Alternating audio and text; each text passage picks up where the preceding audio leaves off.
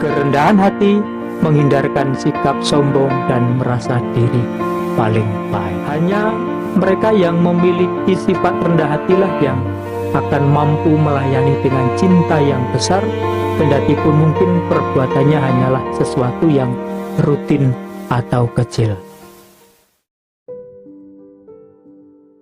Halo, salam damai sejahtera untuk kita semua. Salam HK3P, humanis cerdas, jujur, disiplin, dan melayani. Profesiat, selamat untuk kalian semua, terutama para calon pemimpin di masa depan yang hari ini menjadi kandidat pengurus atau pemimpin OSIS. Ini saya kira sebuah anugerah yang kita terima dari Tuhan, bahwa kalian terpilih menjadi pemimpin di organisasi sekolah SMP Xaverius 4 Bandar Lampung. Dan selamat datang di materi spiritualitas kepemimpinan. Ini sebuah sesi di mana saya akan ingin berbagi dan juga belajar bersama tentang apa itu spiritualitas. Tapi sebelumnya saya ingin memperkenalkan diri secara singkat. Kata orang, tak kenal maka tak sayang, tak sayang maka tak cinta. Maka supaya saya bisa dikenal, disayang, dan cinta, saya memperkenalkan diri. Nama saya adalah Romo Andreas Sunario. Saya seorang imam Keuskupan Tanjung Karang yang oleh Bapak Uskup ditugaskan menjadi pastor di sekolah Yayasan Xaverius Bandar Lampung. Dan hari ini kita bersama-sama berjumpa dalam sesi spiritualitas kepemimpinan. Kita mau melihat apa itu spiritualitas kepemimpinan. Nah, sebelum lanjut, kita mesti mengetahui akar kata atau etimologi dari spiritualitas supaya nanti kita jelas tentang spiritualitas itu apa. Nah, secara etimologi, spiritualitas itu berasal dari kata spirit kalau dalam bahasa Inggris. Kemudian kalau ruah itu dari bahasa Ibrani. Kemudian ada lagi pneuma, itu dari bahasa Yunani. Dan spiritus itu dari bahasa Latin yang kalau kita cari pengertiannya itu kurang lebih adalah bahwa spirit itu adalah roh, jiwa, dan semangat yang dimiliki oleh seseorang sehingga membuat orang itu tetap hidup, tetap semangat, punya daya juang, dan juga daya hidup. Atau spirit itu adalah sesuatu yang diyakini dan dihayati di dalam hidup dan yang menjadi pendorong, penggerak, motor dari seseorang untuk bertindak, untuk bersikap di dalam kehidupannya. Dan spirit juga bisa diartikan sebagai sesuatu yang mendasar, sesuatu yang penting, yang mampu menggerakkan serta memimpin atau cara berpikir dan cara bertingkah laku. Maka secara singkat, kalau kita berbicara tentang spiritualitas, maka kita berbicara tentang soal hidup, soal jiwa, soal apa yang menggerakkan kita. Maka kalau kita gabungkan dengan kepemimpinan, adalah sesuatu yang membuat kita bergerak, sesuatu yang membuat kita terdorong untuk melakukan sesuatu. Jadi kurang lebih secara singkat, pengertian spiritualitas itu adalah jiwa penggerak untuk kita melakukan sesuatu.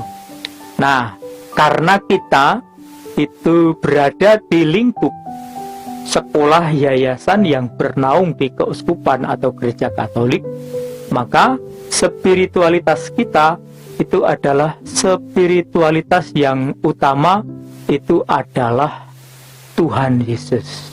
Walaupun kita di sekolah Yayasan Xaverius, kita juga punya teladan yang bagus, yang indah dari santo pelindung sekolah kita.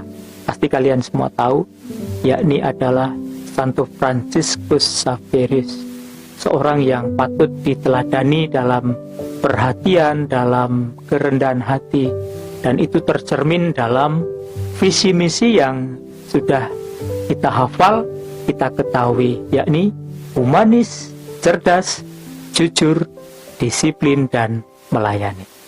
Sekali lagi, yang utama, penggerak yang utama dalam kita melaksanakan tugas kepemimpinan kita, itu adalah kepemimpinan Yesus Kristus.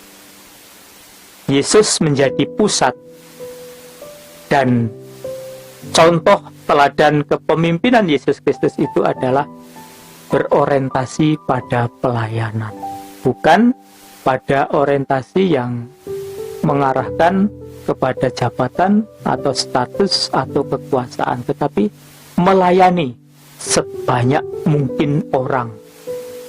Jadi ingat bahwa kepemimpinan, spiritualitas kepemimpinan kita sebagai pengikut Kristus, sebagai anak-anak yang sekolah di Yayasan Xaverius adalah kepemimpinan Yesus Kristus yang berorientasi untuk melayani, bukan untuk berkuasa atau untuk menguasai orang lain.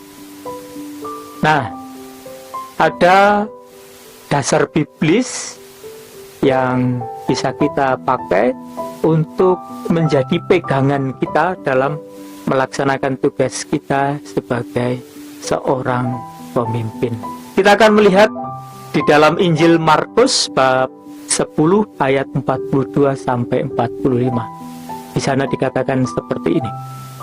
Tetapi Yesus memanggil mereka lalu berkata, "Kamu tahu bahwa mereka yang disebut pemerintah bangsa-bangsa memerintah rakyatnya dengan tangan besi, dan pembesar-pembesarnya itu menjalankan kuasanya dengan keras atas mereka. Tidaklah demikian di antara kamu. Barang siapa ingin menjadi besar di antara kamu, hendaklah ia menjadi pelayanmu. Dan barang siapa ingin menjadi yang terkemuka di antara kamu, hendaklah ia menjadi hamba untuk semuanya.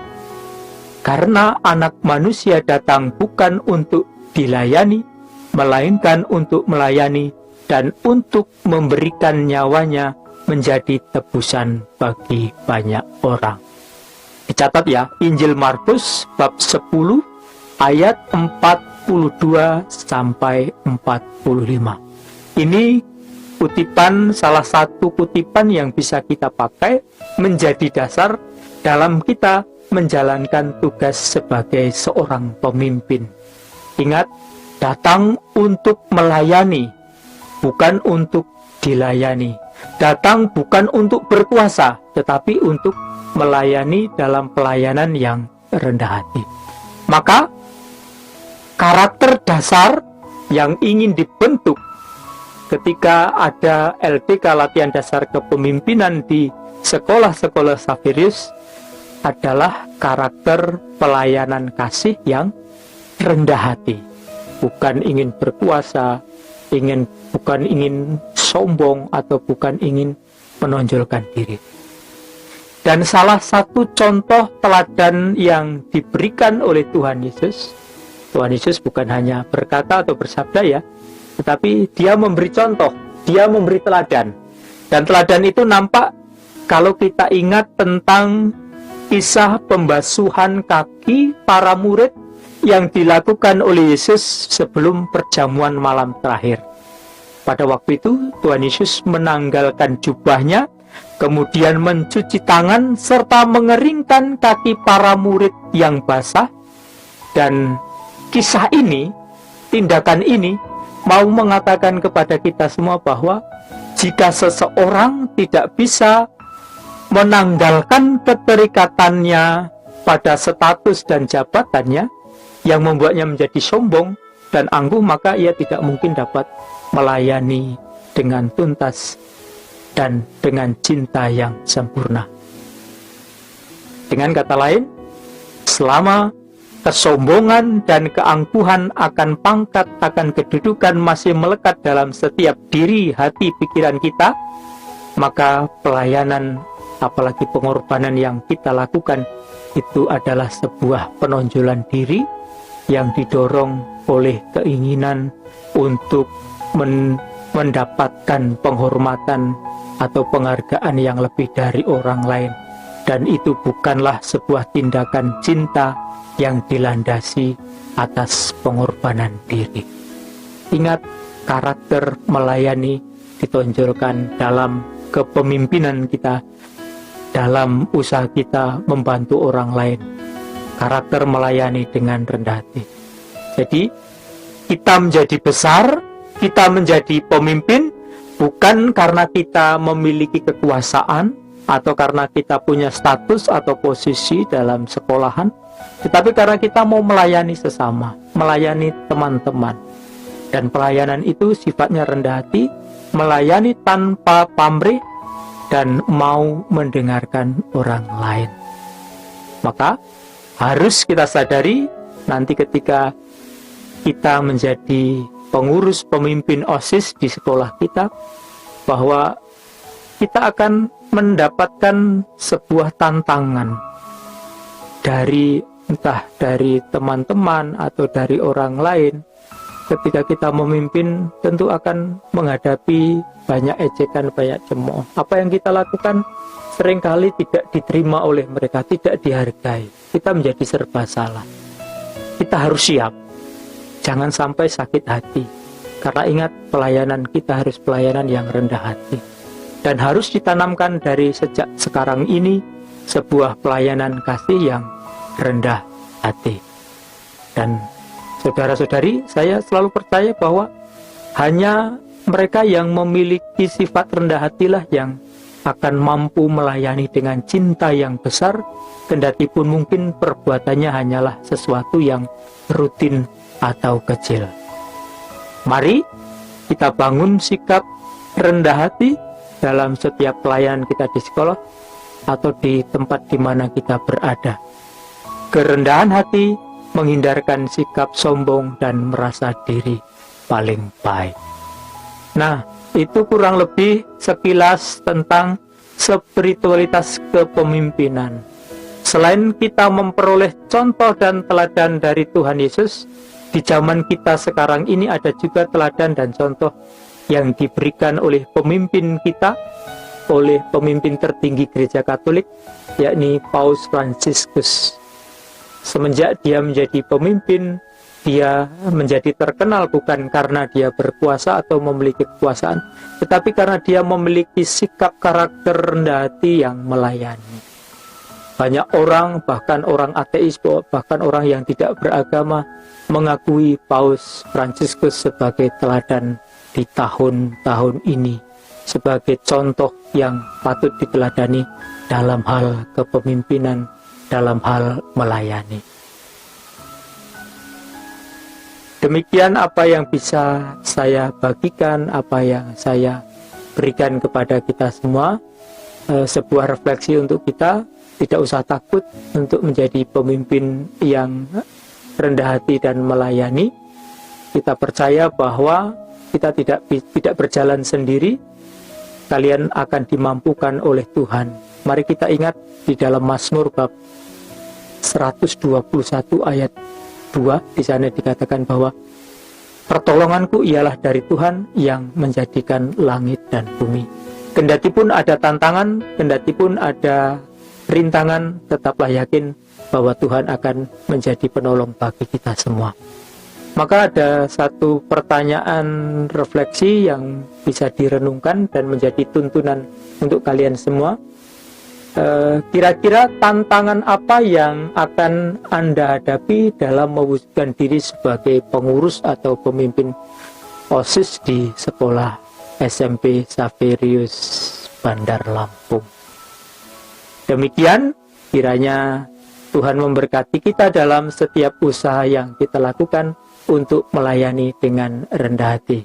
Dan terimalah berkat Tuhan dalam nama Bapa dan Putra dan Roh Kudus. Amin.